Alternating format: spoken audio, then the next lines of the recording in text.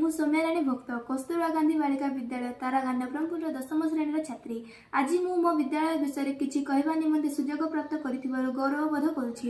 କସ୍ତୁରବା ଗାନ୍ଧୀ ବାଳିକା ବିଦ୍ୟାଳୟ ତାରାଗାଁ ମୋ ଭଳି ଗ୍ରାମୀଣ ଓ ପଛପଡ଼ିତ ଅଞ୍ଚଳର ଛାତ୍ରୀମାନଙ୍କର ପାଇଁ ଶିକ୍ଷା ଓ ସ୍ୱାବଲମ୍ବନର ଏକ ଦୀପ୍ତିମାନ ଆଶା ଓ ଅବସରର ସୂତ୍ରଧାର। ଆମ ବିଦ୍ୟାଳୟରେ ଆମେ 200 ଜଣ ଛାତ୍ରୀ ରହୁଛୁ।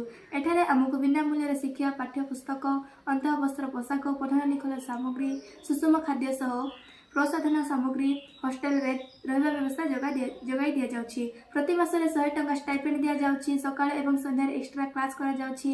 ସ୍ୱାସ୍ଥ୍ୟ ଯାଞ୍ଚ, ଔଷଧ ଏବଂ ସ୍ୱଚ୍ଛ ଜୀବନ ପାଇଁ ଆବଶ୍ୟକ ସବୁ ବ୍ୟବସ୍ଥା ରହିଛି। ନିରାପଦ ଓ ନିଶ୍ଚିନ୍ତ ରହଣୀୟ ପରିବେଶ ରହିଛି। ମହିଳା କର୍ମଚାରୀ ସିସିଟିଭି ଓ ଆଧାର ଆଧାରିତ ଉପସ୍ଥିତି ପ୍ରଣାଳୀ ଅଛି। ଏଠାରେ ଆମେ ବୃତ୍ତିମୂଳକ ଦକ୍ଷତା ହାସଲ ଶିକ୍ଷା ପାଉଛୁ। ସ୍ମାର୍ଟ ବୋର୍ଡ, କମ୍ପ୍ୟୁଟର, ଇ-ଲାଇବ୍ରେରୀ ମାଧ୍ୟମରେ ଶିକ୍ଷା ଗ୍ରହଣ କରୁଛୁ। ଜୀବନ ଦକ୍ଷତା ଓ ଆତ୍ମସୁରକ୍ଷା ପ୍ରଶିକ୍ଷଣ ଦିଆଯାଇ ଆମ ମନୋବଳକୁ ସୁଦୃଢ଼ କରାଯାଉଛି। ଡାକ୍ତରୀ ଯାଞ୍ଚ ସହିତ ଔଷଧ, ସାନିଟାରୀ ପ୍ୟାଡ୍ ନିମନ୍ତେ ଇନସିନେଟର ଓ ଭେଣ୍ଡିଂ ମେସିନ୍ ଓ ସ୍ୱଚ୍ଛ ପାନୀୟ ଜଳର ବ୍ୟବସ୍ଥା ଏଠାରେ ଦିଆଯାଉଛି। ବିଭିନ୍ନ ପ୍ରତିଯୋଗିତାରେ ଆମେ ଭାଗ ନେଇ ପ୍ରଥମ ସ୍ଥାନ ହାସଲ କଲେ ଆମ ମନ ସୁଦୃଢ଼ ହେଉଛି। ଆଉ କିଛି ନୂଆ କରିବା ଓ ଶିଖିବା ପାଇଁ ମୋ ପାଇଁ ଏବଂ ମୋ ଭଳି ଝିଅଙ୍କ ପାଇଁ କସ୍ତୁରବା ଗାନ୍ଧୀ ବାଳିକା ବିଦ୍ୟାଳୟ ଏକ ଏମିତି ସଂସ୍ଥା ଯାହାକି ଆମ ଜନଜାତି ଓ ଗ୍ରାମୀଣ ଝିଅମାନଙ୍କୁ ଶିକ୍ଷିତ, ସ୍ୱାଧୀନ ଓ ଆତ୍ମନିର୍ଭର ବନାଏ। ଏଠାରୁ ଆମେ ଡାକ୍ତର, ଶିକ୍ଷୟିତ୍ରୀ, ଇଞ୍ଜିନିୟର, କଳାକାର ଏବଂ ସମାଜସେବୀ ଭାବେ ଉଦୀୟମାନ ହେବୁ ବୋଲି ଆଶା ରଖୁଛୁ। ଧନ୍ୟବାଦ।